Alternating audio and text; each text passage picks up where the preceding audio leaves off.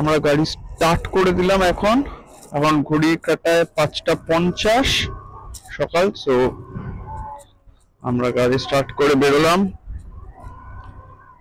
Okay, let's go.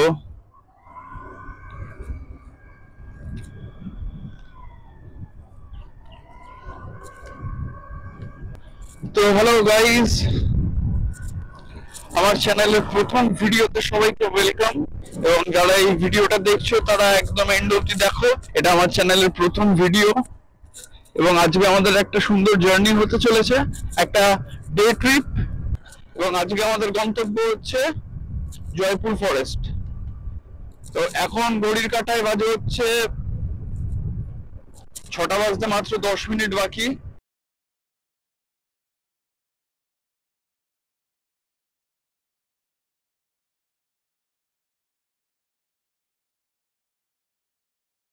আমরা ডানলপের দিকে, Dunlop থেকে রাইট টার্ন নিয়ে দক্ষিণেশ্বর হয়ে একদম ডানকুনি থেকে লেফট আমরা নিয়ে নেবো। এখনো অবধি সুন্দর ঠান্ডা ঠান্ডা হাওয়া দিচ্ছে, খুব ভালো লাগছে। তবে রোদটা যদি একটু বেশি উঠে যায় তাহলে আবার কষ্ট হয়। এই মুহূর্তে ডানলপ ক্রস করে গেছি, এইটা চলে গেছে বুড়িতে সেতু, আর এই দিক থেকে আমরা বেরিয়ে যাবো।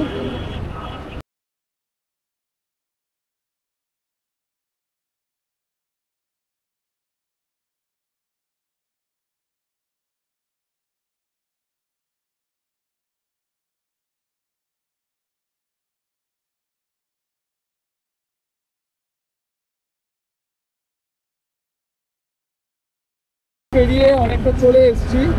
আমাদের একটা ভুল হয়েছে, ডানকুনিতে আসার মধ্যে যে রাস্তাটা ডানকুনি থেকে লেফট টার্নটা নিয়ে আরামবাগের দিকে যাওয়া যেত, আমরা সেই টার্নটা মিস করে ফেলেছি। কারণ ওই ডানকুনি থেকে আসার সময় আমরা যে ওভারব্রিজটা হয়েছে নতুন, সেই ওভারব্রিজটা আমরা ধরে নিচ্ছিলাম। তো তাই জন্য অনেকটা স্ট্রেট আমরা চলে এসেছি, হিল রোডের অনেকটা স্ট্রেট চলে এসেছি। তো তাই জন্য আগে আমরা ম্যাপে দেখলাম আগে থেকে একটা লেফট টার্ন আছে, তো সেখান থেকে আমরা লেফট নিয়ে, একটু সময়ও কম দেখালো, আগে থেকে একটু লেফট টার্ন আমরা নিয়ে নেবো।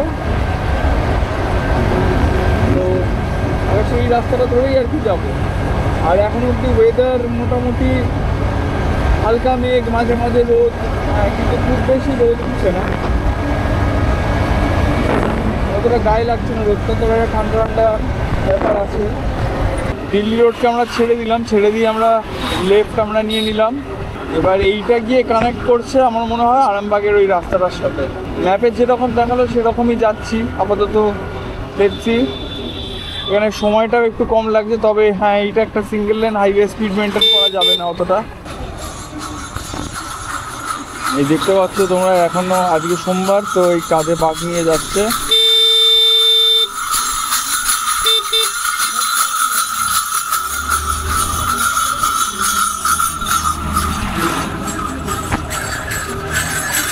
কাঁধে বাঘ নিয়ে সব যাচ্ছে বাবার মাথায় জল ঢালতে। এখন বাজে 7টা, 7:30 বলতে পারো। এই মুহূর্তে 42 কিলোমিটার আমরা কভার করে ফেলেছি, কিন্তু এই রাস্তাটার জন্য খুব বেশি তুলতে পারছি না, খুব বেশি স্পিড তোলা যাচ্ছে না আর কি, যেহেতু রাশ একটু বেশি। সবথেকে বড় কথা হচ্ছে সেফভাবে পৌঁছানো এবং সেফভাবে ফিরে আসা।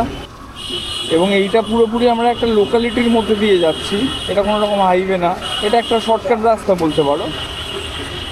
একদম পুরো লোকালিটির মধ্যে দিয়ে গিয়ে আমরা হাইওয়েতে উঠবো। একটু লোকালিটিটা ছেড়ে দেওয়ার পর রাস্তাটা এরকম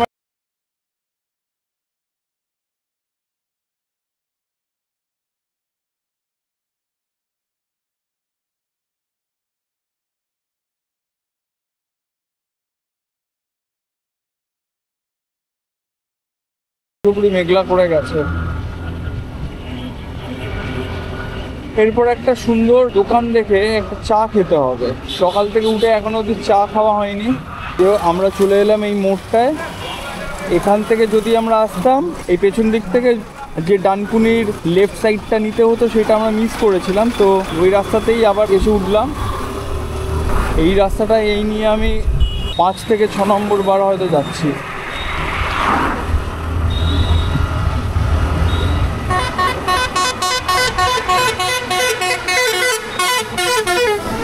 এই দিক থেকে সমস্ত বিষ্ণুপুর, বাঁকুড়া, জয়পুর ইত্যাদির বাসগুলো এই রুট দিয়েই যায়। তো মোটামুটি আমরা একটা প্লেন রাস্তা এবার আমরা পেয়ে গেছি, সিঙ্গেল লেন কিন্তু রাস্তা।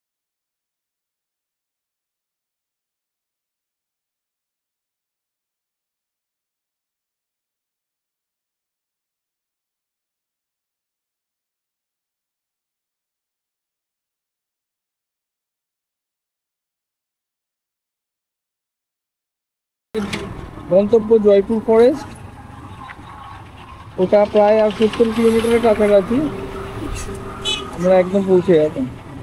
আর ঘড়ির কাঁটায় এখন বাজে সবে 8টা। আমরা অনেক ফার্স্ট আমরা এসছি, অনেক ফার্স্ট আমরা জার্নি করছি। গরম লাগছে না, একটা সুন্দর হাওয়া দিচ্ছে, তো খুব একটা প্রবলেম হচ্ছে না।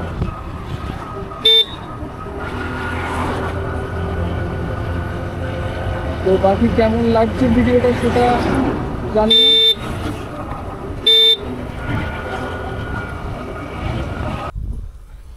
তো এখানে আমরা দাঁড়িয়েছি একটু চা খাবো বলে। দেখি চায়ের সাথে কেক টাইপ কিছু নিয়ে নিতে হবে।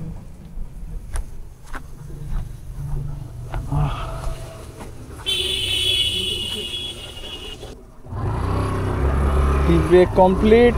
আপাতত চা খেয়ে আমরা আবার এগোচ্ছি জয়পুর ফরেস্টের দিকে। এখান থেকে আর জয়পুর ফরেস্ট বেশি নয়, 1 থেকে 1.5 ঘন্টা মতো লাগবে।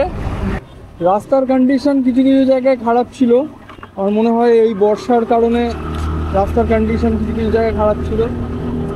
এখন আরামবাগ আর 22, জয়রামবাটে 44, বাঁকুড়া 112, তারকেশ্বর 6। Welcome to Chapadanga.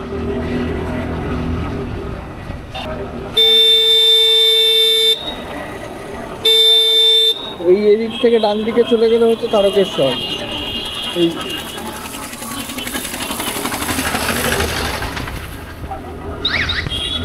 এবার রাস্তার কন্ডিশন মোটামুটি হয়তো ভালোই পাবো।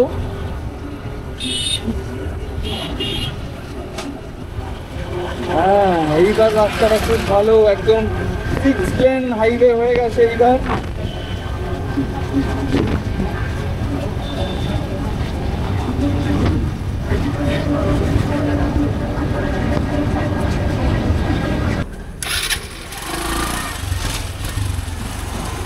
ফুল করবে।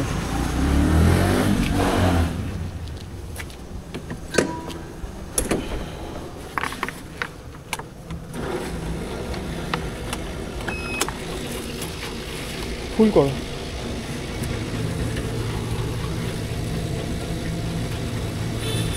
একটু খালি রাখতে তো।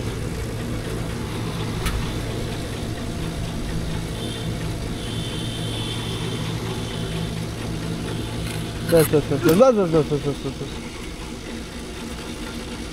ব্যাস ব্যাস ব্যাস।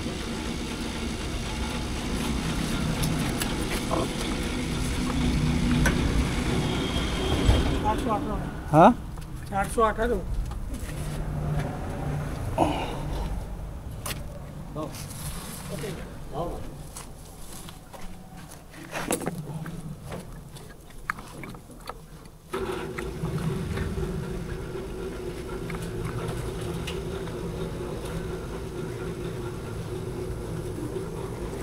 হ্যাঁ, মাইলেজ খুব কম দিচ্ছে, 35 করে মাইলেজ দিচ্ছে। কারণ কালকেই আমি ফুল ট্যাঙ্ক করেছিলাম, কিন্তু এখন আবার ফুল ট্যাঙ্ক করাতে হলো। 200 কিলোমিটারে আমার ফুল ট্যাঙ্ক আমার শেষ হয়ে যাচ্ছে, তো মাইলেজ খুবই খারাপ অবস্থা এখন। Welcome to Jaipur forest. এই শুরু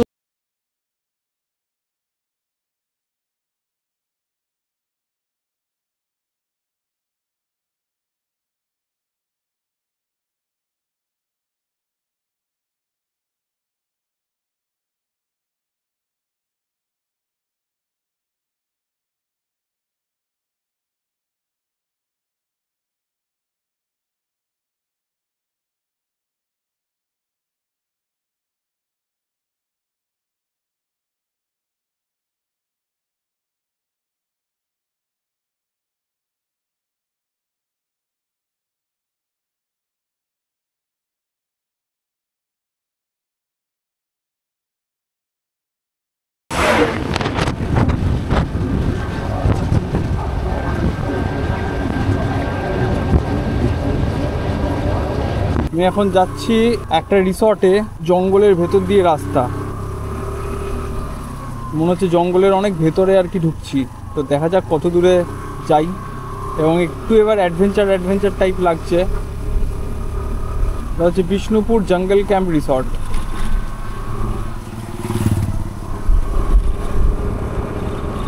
তো তোমরা গাইস রাস্তাটা দেখতে পাচ্ছ কোন জায়গায় রিসর্টটা আছে, মানে কতটা ভেতরে, 2 থেকে 3 কিলোমিটার প্রায় একদম ভেতরে আছে। এবার তার মধ্যে খুব একটা জোরে চালানো যাচ্ছে না, যেহেতু এরকম রাস্তা, বালি কাঁকড়ের পুরোপুরি রাস্তা, অর্ধেক জায়গা ভিজে, তো সেটা আর কি গ্রিপ পাবে না চাকা, এবং কিছু কিছু জায়গায় চাকা স্কিটও খেয়েছে। তো ওই জন্য খুব বেশি জোরে চালানোর রিস্ক নিচ্ছি না। তবে এটা দেখে এই দেখো একটা সুন্দর পাখি ছিল, জানি না ক্যামেরায় এসছে কিনা, বাট খুব ভালো পাখিটা। এখানে প্রচুর পাখি টাকি রয়েছে, নানান ধরনের পাখি টাকি রয়েছে। দেখো জাস্ট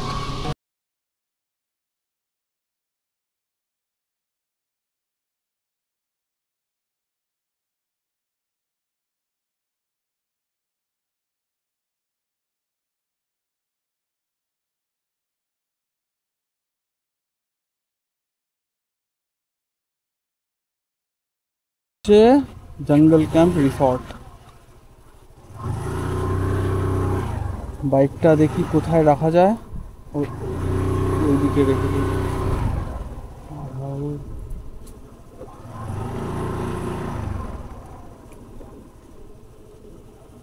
এইটা হচ্ছে একদম পুরো জঙ্গলের মধ্যে রিসর্টটা। এই হচ্ছে রিসর্ট, পুরোপুরি জঙ্গলের মধ্যে, প্রায় 15 থেকে 20 মিনিট মতো মেন রোড থেকে ভেতরে আর কি আসতে হয়। আর যদি রিসর্টের ভেতরটা দেখাই, এখানে তো আমরা মেন গেট দিয়ে আর কি ঢুকলাম। এই হচ্ছে রিসর্টের সামনেটা। এই দিকগুলো হচ্ছে বিভিন্ন টেন্টের জন্য, এখন যেহেতু একটু ভিড়টা কম, তো তাই জন্য টেন্টগুলো এখন তোরা নেই।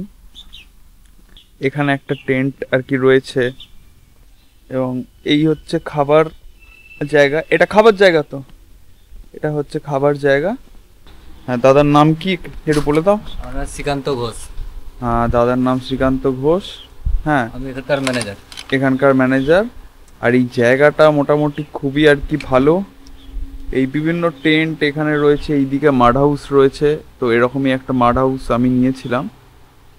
ভেতরে এসিও আছে, নন এসি আছে। হ্যাঁ, দুটোই আছে।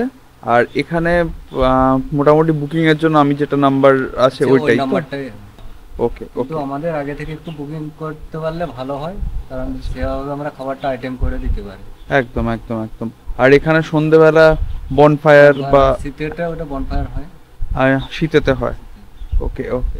আমাদের স্পেশালিস্ট এখানের খাবার হচ্ছে বাম্বু চিকেন, সালপাতা চিকেন। আচ্ছা, বাম্বু চিকেন। আচ্ছা, বাম্বু চিকেনটা কি?